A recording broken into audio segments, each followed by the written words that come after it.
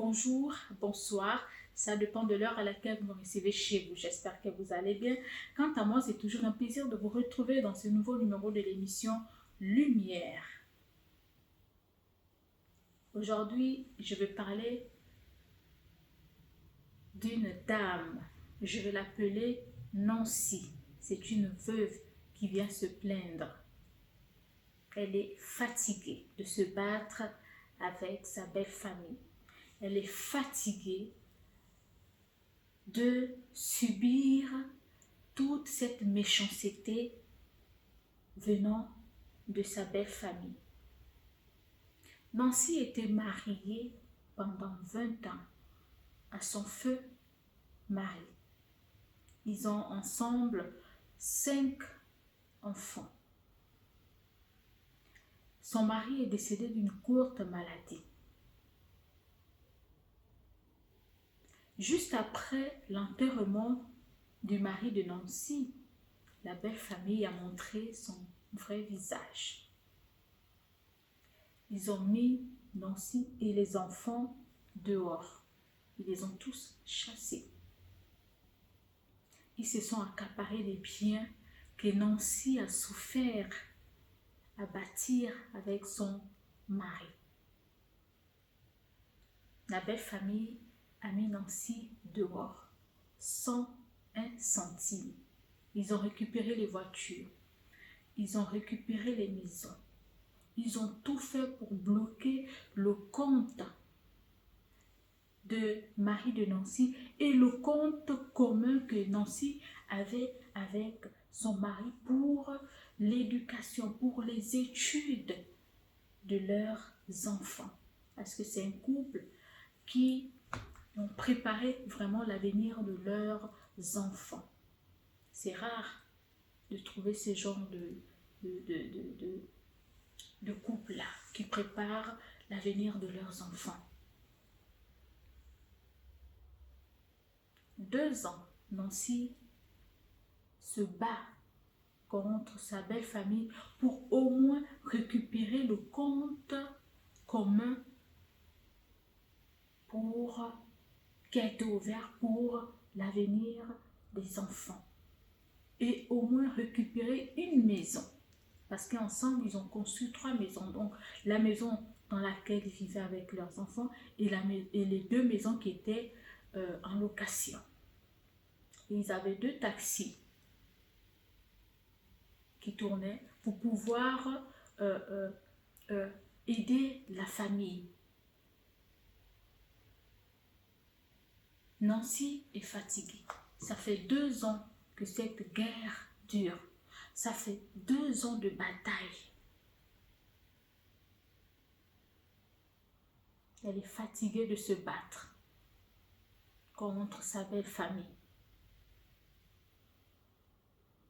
Elle subit les injures tous les jours. Elle est menacée de mort. Elle ne peut même pas s'approcher de la maison où elle vivait avec son mari et les enfants.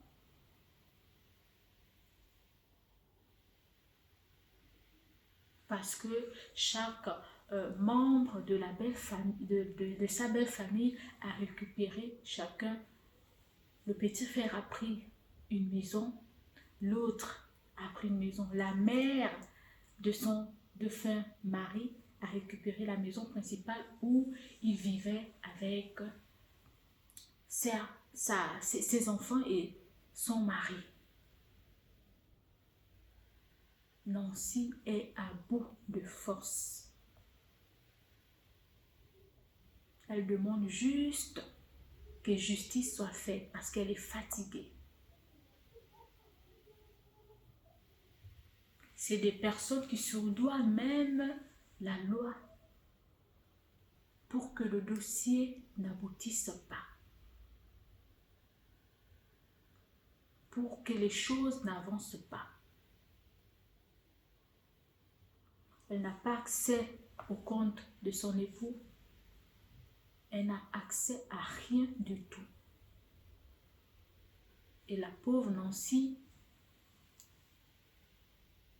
fait des bricoles chez des particuliers, elle fait le ménage par-ci par-là pour pouvoir nourrir sa famille.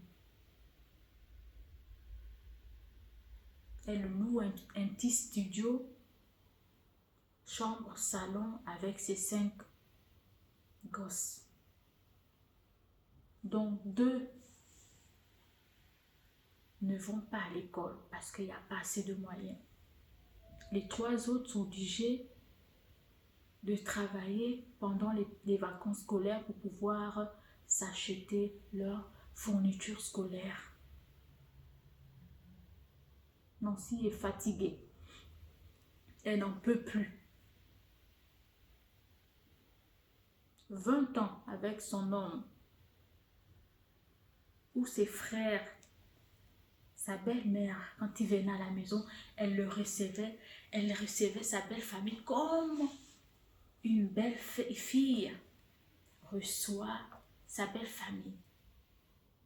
Elle était toujours présente dans toutes les cérémonies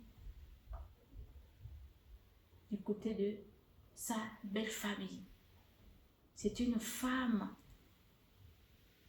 vraiment de maison, le genre de femme que tout homme aimerait avoir dans sa maison. Mais le comportement de sa belle famille juste après l'enterrement de son mari l'a choquée. Même ceux-là qui disaient « Oh, ma belle-fille, ma belle-sœur », tous se sont retournés contre elle. Parce qu'il allait bien. Même les enfants de leurs frères, même les petits-enfants de sa belle-mère, certains disaient, peut-être que ces enfants-là, tu les as attribués à notre fils. Qu'est-ce qui nous fait croire que les enfants-là sont les enfants de notre frère? Ils n'ont pas regardé les enfants qui allaient à l'école. Au moins dire, même si on récupère les biens, on laisse quand même le compte commun des enfants. Parce que c'est pour eux. Et on lui donne une maison. Au moins pour qu'elle s'occupe des enfants. Pour que les enfants poursuivent leurs études dans de bonnes conditions. Comme on dit, un ventre affamé n'a point d'oreille. Un enfant qui n'est pas nourri comme il se doit, qui n'a pas ses 3 repas de la journée, qui part le ventre vide à l'école. Qu'est-ce que vous espérez de ces enfants-là? Vous pensez qu'ils seront concentrés à l'école? Est-ce que vous pensez que ces enfants-là seront des enfants assidus? Comment comprendre que nos familles en Afrique, que ce soit les belles familles ou même nos familles, sont les premiers même à nous vouloir de mal? Donc ça veut dire que Nancy, pendant qu'elle était dans son foyer avec son mari, pendant qu'ils vivaient bien, qu'ils avaient préparé l'avenir de leurs enfants, la belle famille n'était pas contente. La belle famille n'était pas vraiment à 100% avec Nancy. Ils jouaient la comédie. Ils jouaient à l'hypocrisie. Ils ne l'aimaient pas vraiment. Parce que même si on n'aime pas quelqu'un, mais on a quand même un cœur d'humain. Et on se dit, on ne peut pas faire du mal. Si on croit vraiment en Dieu, on ne peut pas faire du mal à quelqu'un qui ne nous a rien fait. La mort, ça arrive à tout le monde. On est tous appelés à mourir. Et surtout que le mari de Nancy a eu une courte maladie et est parti. Ça veut dire qu'il n'a même pas préparé. La femme, au moins, s'il était encore malade et qu'il a souffert, s'il était malade pendant longtemps et qu'il a souffert et qu'il a eu le temps de préparer sa femme et préparer aussi les choses, donc l'héritage. Et même encore en Afrique, parfois, c'est même pas respecté. Même si ce dernier avait préparé l'héritage, avait fait vraiment valoir ces biens-là devant un huissier ou l'avocat, je ne pense pas que ça devait aussi être respecté parce que nos familles, on connaît comment ça se passe en Afrique. Même s'il y a eu l'héritage qui a été fait et signé par l'avocat, il trouve toujours moyen à récupérer les biens avant que la loi n'intervienne.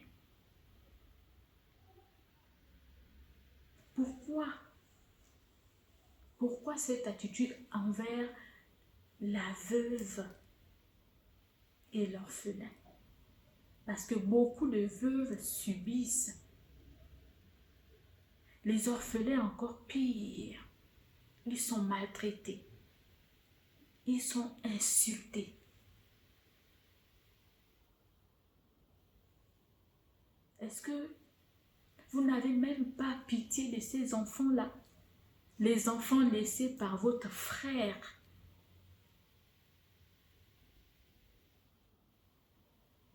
Vous ne savez pas où ils dorment. Vous ne savez pas comment ils sont. Déjà le fait de perdre un être cher, son père ou sa mère, c'est une plaie qui est difficile à guérir. Pour certains, ils n'arrivent même pas à accepter le décès de leurs parents. Beaucoup vivent avec le chagrin d'avoir perdu leurs parents.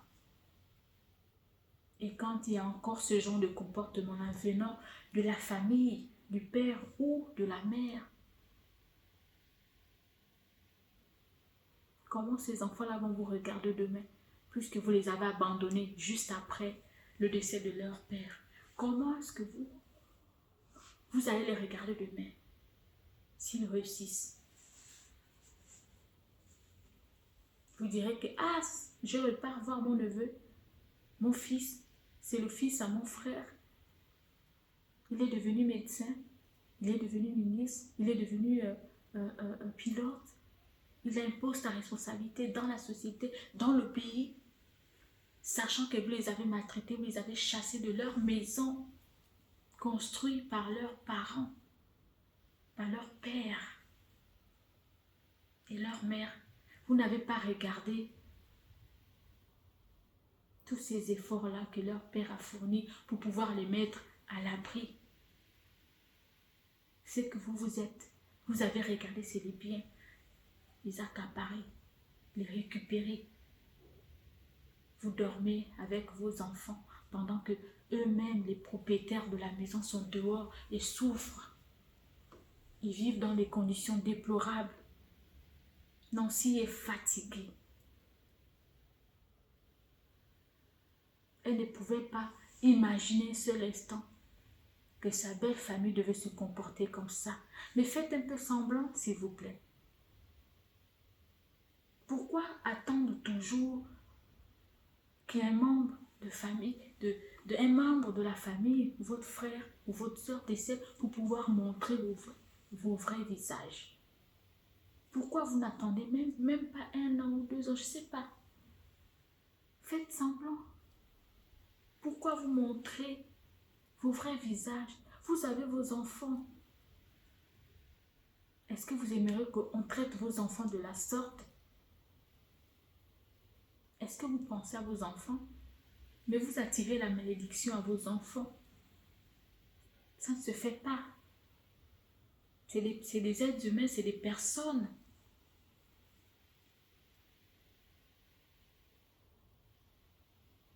On ne peut pas appeler la mort. On dit, oui, aujourd'hui je vais mourir. Non, c'est Dieu qui décide. Tu peux sortir là et puis ta vie finie. Quand vous vous comportez comme ça là, vous avez pensé à demain? Vous avez des enfants. Le karma existe. S'il vous plaît. Le karma existe bel et bien. Et on le paye. Tout le mal que chacun peut faire sur cette terre-là, on le paye toujours tôt ou tard. Si vous ne l'avez pas payé, vos enfants vont le payer. C'est pas bon. Les morts ne sont pas morts. ce que vous faites subir aux enfants de votre frère.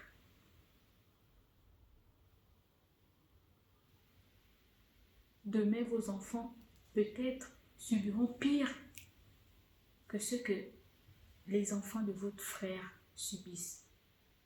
C'est pas bon. Dame Nancy, courage à toi, ma belle. Surtout ne baisse pas les bras. Travaille dur pour pouvoir envoyer tes 2 enfants à l'école. La justice, elle est lente parfois. Mais elle se fera. Ne baisse surtout pas les bras. Si les choses tardent, parce qu'il y a manipulation, parce qu'il y a abus de pouvoir, ne baissez pas les bras. Battez-vous comme vous pourrez pour au moins récupérer la moitié des biens que votre mari a laissés, que vous avez souffert, vous avez traversé des moments difficiles pour pouvoir réaliser votre vie et celle de vos enfants. Battez-vous. Courage à toutes ces femmes-là, à toutes ces veuves marginalisées, ces orphelins chassés, maltraités, opprimés, qui sont jetés tous les jours dehors. Et pour certains, avec tout ce qu'ils subissent, finissent par abandonner. Courage à vous. Courage à vous. Battez-vous pour pouvoir réussir. À tous ces orphelins-là, tous ces orphelins qui subissent, qui ont été maltraités juste après le décès de leurs parents. Ne baissez pas les bras. Battez-vous comme vous pouvez pour pouvoir sortir le nom de vos parents. Pour pouvoir mettre le nom de vos parents en haut et dire que j'ai été, voici mon histoire. Je réussis pour pouvoir mettre le nom de mon père ou de ma mère en haut. Merci de m'avoir suivi. Je vous donne rendez-vous très bientôt. Bye bye.